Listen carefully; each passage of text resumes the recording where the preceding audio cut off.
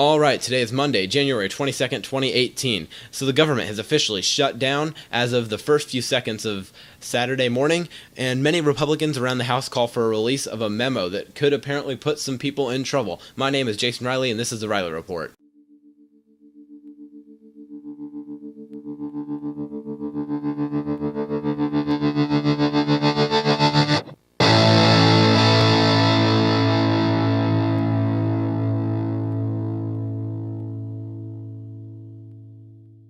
Okay, so first, before I get started, I want to briefly talk about something that I talked about last week a little bit. So, as Ben Shapiro mentioned in his podcast, I think this is a really good analogy. The news cycle is like dog years. Each day in the news cycle is equivalent to like 1 year. And so just because so much news is always constantly flowing through. So the media, when referring to the comments made by Donald Trump that I mentioned and went into depth last week, that we're using some harsh language. I love the media just talked about this on and on and on way too much than they probably should have. I mean, it's definitely not worth ignoring, but I mean, seriously, guys, it's you need to move on and talk about something else. This is you guys have, and they can talked about it for way too long, and they've continued to read his mind, apparently, like I mentioned last week. So anyway, so recently, the Department of Homeland Security, Kristen Nielsen, the Department of Homeland Security Secretary, was basically attacked by Cory Booker in when talking about these comments, and I mean, I don't like a lot of what Cory said. I mean, just seriously, I'm going to play it for you. Take a listen. Supremacists targeted individuals for their religion. The commander-in-chief, in an Oval Office meeting, referring to people from African countries and Haitians with the most vile and vulgar language. The language festers. When ignorance and bigotry is allied with power, it is a dangerous force in our country. Your silence and your amnesia is complicity. Right now in our nation, we have a problem. I don't know if 73% of your time is spent on white supremacist hate groups. I don't know if 73% of your time is spent concerned about the people in fear in communities in this country, Sikh Americans, Muslim Americans, Black Americans. The fact pattern is clear of the threats in this country. I hurt. When Dick Durbin called me, I had tears of rage when I heard about his experience in that meeting. And for you not to feel that hurt and that pain and to dismiss some of the questions of my colleagues, saying I've already answered that line of questions when tens of millions of Americans are hurting right now because of what they're worried about what happened in the White House. That's unacceptable to me. There are threats in this country. People plotting. I receive enough death threats to know the reality. Kamala receives enough death threats to know the reality. Maisie receives enough death threats to know the reality. And I've got a president of the United States whose office I respect, who talks about the countries of origins of my fellow citizens in the most despicable of manner. You don't remember. You can't remember the words of your commander-in-chief. I find that unacceptable. Mr. Chairman, I'm grateful to be on this committee. I'm more than ever today happy I am here. Thank you. So at the very end there, he says that he is happy to be there and thanks for being there. Says thanks for being there. I think that is just to make him look a little bit more morally higher on the moral totem pole than he made himself look on that little rant right there. But anyway, so first, something I noticed that didn't really get talked about that I noticed about this video was the fact that when he accused her of dismissing his colleagues of answering certain questions. Well, maybe that's because she actually has answered those same questions over and over again. What she says when she is asked about the comments made by Donald Trump was that those were not the exact words used, but he did use harsh language. And she has stayed consistent about that, and I don't understand why he thinks that they should just be able to ask her 400 million times what was said in there just until they hear what they want to hear from her. So I also hate how he accused her of saying her amnesia was unacceptable, something along those lines. I forget. But talking about her amnesia, but I'm sorry, Mr. Booker. I didn't know that you knew everything. I didn't know you read Donald Trump's mind. I also, like I mentioned last week when I broke down what I think Donald Trump meant and what he could have meant. So like I said, I don't think you can make any inference of what he meant unless you can read his mind. I'm sorry, that's just it. You shouldn't be making the inference that was straight up racist and that's definitely exactly what he thought, because that's not true. I'm not saying it's not plausible, because it is. He could have been making a racist comment, but again, you cannot read his mind. And also, the big thing I caught from this clip was the whole tears of rage comment. Tears of rage. Now that kind of is out there, because I think that emotion and politics do not mix at all. You should never mix emotion and politics, because I believe that emotion creates bad policies that don't work and fail and are just bad. So think about it this way. Say you have a friend, okay? And I'm trying to quickly think of something hypothetical. Say you have this something really expensive. Okay, think of something a really expensive electronic. Say you just went out and you're really excited about buying a new iPhone X. Okay, you just got it. It's awesome, and so your friend's just like, oh hey, let me check it out. So you hand it over to him, innocently, and he picks it up, and then he drops it and breaks, shatters all the place, and doesn't turn on, and it's broken. Or think of it like maybe you just got a nice car and they crashed it. You let them drive it and they crash it, and it's on you.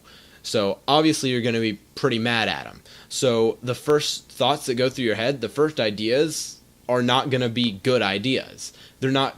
You typically, when you're mad or you're really upset about something, logically, we always tell everybody to wait and let the emotion pass before you can make actions. And you need to think about, because always when we're under the influence of emotion, we always make bad decisions. This is proven. This is proven over and over, and this is why we cannot mix emotion and politics and policies. So that's why I think it was awful of him to say tears of rage when he heard about it. But that's pretty much it about that, because I'm not going to go into any more depth about it, because I did last week. You can go check that out if you haven't yet and listen to me breaking down his comments that made a while ago. But again, media should have moved on, and Booker went off on her, and I can't imagine the sexist comments he would get if it was switched that she was Democrat and he was a Republican. If he went off on her like that, he would get sexism thrown at him so many times, and I think that's ridiculous that he was able to do that. And I like seeing consistencies and hate and just double standards, just ugh. So let's move on here, if I can pull up my notes. Okay, so the memo that we're going to talk about. So Sarah Carter, who is a national security reporter, says that many members of the House have seen the document, and it would lead to the removal of senior officers within the FBI and Department of Justice. Some people rumor that this has to do with Fusion GPS, which it was used as an allegation against Trump. Rumors that the memo has to do with there are many rumors that are gone around that this has to do with Fusion GPS, and it's all about that. I'm going to play you some clips here about that. Well, Liz, the allegations contained in this important intelligence document go to the very foundations of our democracy, and they require an immediate release to the public, in my opinion. Unfortunately, I cannot talk about the specific facts contained within this memo. I can only share my observation that if the American people knew what was happening, if they saw the contents of this memo, a lot would become clear about the information that I've been talking about on television for the last several months. And so I am calling on our leadership to immediately hold a vote on the floor of the House to make public the key contents of this intelligence memo regarding the FBI, the Department of Justice, and President Trump. All right, so that's that's that. And obviously, many people have the same opinion as you just heard from Representative Gattez, and that is it's a 4-page memo that a lot of Republicans have the same opinion that it needs to be released, and it seems from them at least extremely important. They're portraying it as extremely important. I could see it coming out and being just like it's being not much, but also I could see it coming out, and knowing the Democrats, I could see it coming out and being released and being huge, but something huge that actually would lead to something big. And that's pretty interesting. I think it should be released, if you want my opinion on that. But we may not know, and hopefully we'll all find out and see what that's all about. So, the government has shut down. All right. So, basically, it's the exact same situation as 2013, but it's reversed. The Democrats are shutting down Republicans because they're being stubborn about a policy this time. And so, but I think if I recall, I don't quote me on this, but if I recall, I believe that the Republican shutdown was actually about a funding bill, and so that made a bit more sense. But I'm sorry about that. But this time, basically, the Democrats are being stubborn little children, in my opinion. I would describe them as just stubborn little kids, and they're just going around being like, oh yeah, we don't like your immigration thing, so we're not going to agree with you on anything else. So we're going to have you shut down until we want our policy. Okay? So, yeah, I think that's ridiculous and childish, and they shouldn't be like that. I mean, yeah. So, Democrats apparently had called Republicans terrorists. So what our friends on the other side are saying here is they're prepared to shut down the government over the issue of illegal immigration. Now, on that issue,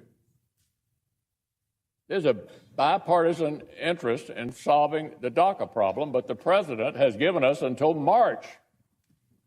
The last time I looked, this was January. My colleagues, where is the urgency here? All right, so basically, Democrats and Republicans are really getting mad at each other for this because they're all at it, and the Democrats did, and the Republicans did the exact same thing. Like I said, same situation. Schumer is leading the Democrats, basically. Chuck Schumer, about their stubbornness, but has statements from 2013 complaining about the Republicans shutting down the government. I think that's hilarious, and like I said, consistency is so important for policies like these, or policies in general, and just politics in general. Consistency is so important. My caucus to say I'm going to shut the government down. I'm going to not pay our bills unless I get my way. It's a politics of idiocy, of confrontation, of paralysis. So Chuck Schumer definitely is just being really out there and saying two different things from times ago. He claimed he could shut down the government, but he would never do it, actually. He actually said that. He said, I could shut down the government, but it's not something I would ever do. Anyway, the government doesn't change during this shutdown. It's not really that big a deal as the media is portraying it to be. I think the media is portraying it to be a big deal only because they want it to look like the Republicans did it and that it's awful. So I would blame the Democrats for this. I think it is their fault. I think that they shouldn't be as stubborn as they are, and I've explained why. So, but again, not too many things change. There's only like little parts that are actually shut down, parts that are considered unnecessary, like if you go to national parks or any monuments or anything like that, that's gonna be, yeah. So the immigration is what the big fuss is over, and why the Democrats are being stubborn about. It's so, like I've said before on last week, my position on immigration is that there's just basically two rules I have. You cannot be taking advantage of welfare, and you have to be willing to accept American culture and adapt to it. And securing, and the whole thing with the wall, I think it's a great idea to have to secure the border and have a barrier in between there on the entire Mexican border. That is a great idea, because the argument is made that some crazy percentage of illegal immigrants come over on planes and overstay their visas. I'm not denying that's true. I think it's 40-some% that actually do that.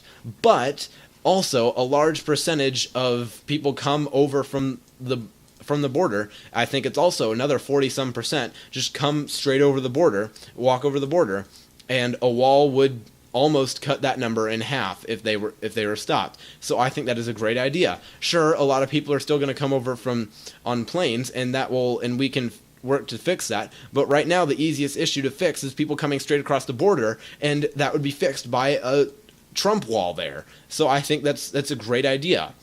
Logically, it is a good idea.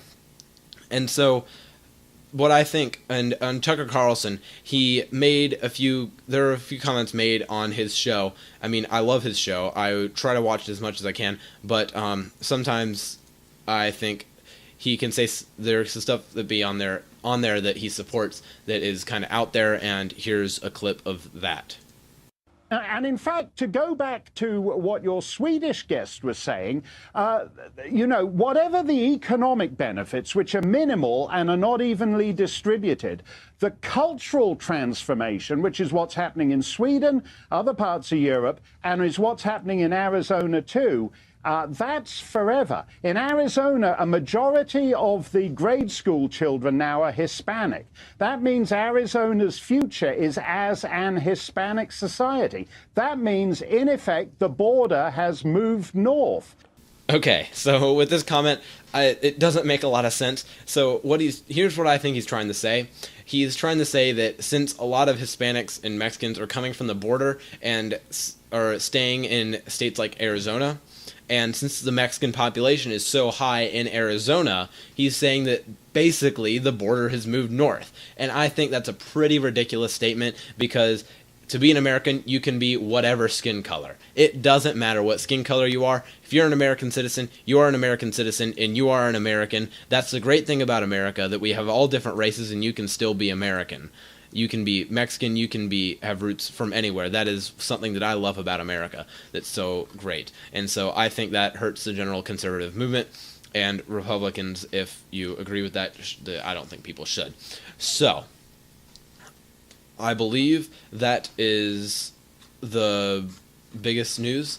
So I am considering eventually trying to get my show every day. It would be a lot of hard work on my part to be doing a show every single day, but I might try eventually.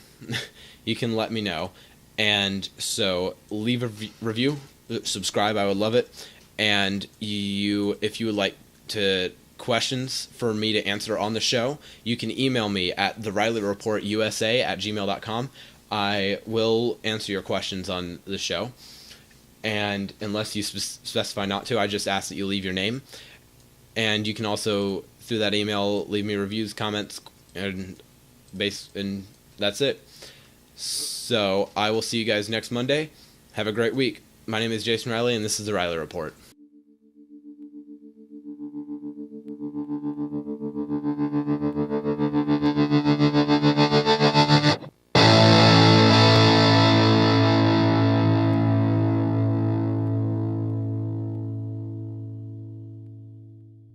All right, today is Monday.